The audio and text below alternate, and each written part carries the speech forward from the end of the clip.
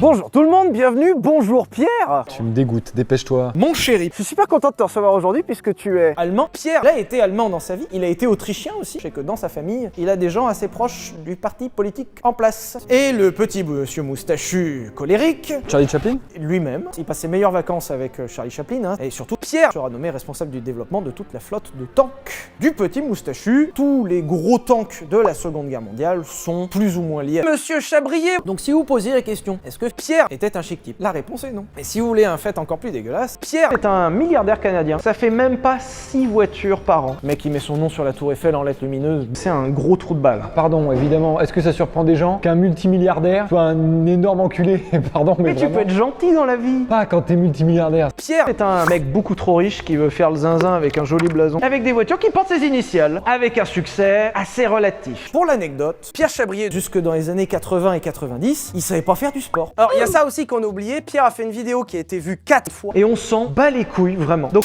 le producteur des James Bond se dit mais en vrai James Bond pourrait très bien rouler en multiplat, ça ferait très bien. Et là, les producteurs contactent donc Pierre en leur disant bonjour, on est la production de James Bond, pour l'instant on aimerait bien que vous nous donniez ou au moins prêtiez le Fiat multiplat. Ce à quoi Pierre a répondu MDR non. Il y a des gens, ils sont pas visionnaires. Si vous voulez l'anecdote, c'est en partie pour cette raison que les méchants dans James Bond, je sais pas si vous avez remarqué, ont des multiplats qu'on voit également dans Camping, un peu stylé, c'est un peu cool. Elle est belle à mourir.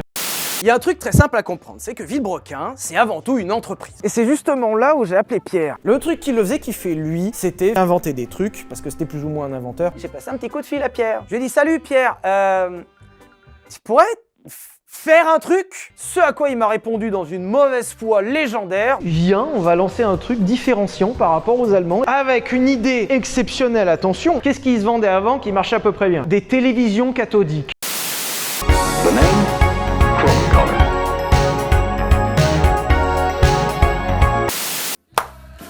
Et si on peut applaudir Pierre Chabrier, incroyable, bravo, c'est mon Pierrot ça. C'est pas trop mal quand tu vois la gueule que ça. Oui.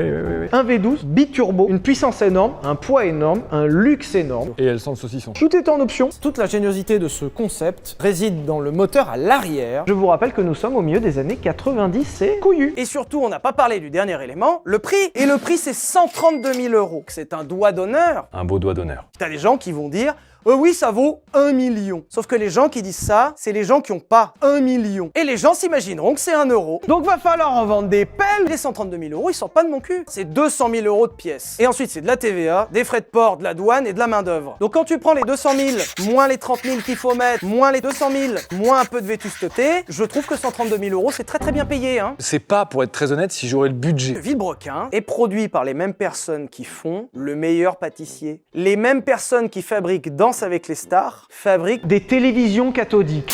Bah sans surprise, ça a été un échec. Merde. Ça n'a pas marché, les gens l'ont surtout pris comme un foutage de gueule. Spoiler, c'était amené à faire faillite très très vite. Ça m'étonne très peu, c'était un âne mort. Et en fait, le truc, c'est que souvent, les courroies le pétaient. Les gens, ils terminaient coupés en deux. Oui, les produits qui sortent des usines Villebrequin sont des merdes. C'est fabriqué avec le cul, c'est pas fiable, ça avance pas, ça consomme. Les technologies sont à la ramasse et en fait, les autres concurrents sont en train de les mettre à l'amende totale. Jamais n'est qu'une cible de plus sur le tableau de chasse des Allemands. Elle est dans la merde la boîte là, non? Bah ouais, elle est en train de couler, ouais, c'est à vendre à 3 fois rien. C'est la merde et l'entreprise a plus de 150 millions de dollars de dette. La boîte est reprise par ce monsieur qui s'appelle Elon Musk. C'était mon directeur de là où j'ai fait alternance. Elon Musk rentre au conseil d'administration, d'abord en tant qu'investisseur. Déjà, il va mettre tellement d'argent que la société va lui appartenir en très grande partie. Pierre, qui n'a pas réussi mais qui a essayé. Et viré de chez Villebrequin, le conseil d'administration lui dit bah écoute Pierrot, on t'adore, t'as été un bon gars, t'as même réussi à nous mettre dans James Bond, trop cool, mais là tu fous la merde, donc casse-toi. C'est ciao ciao.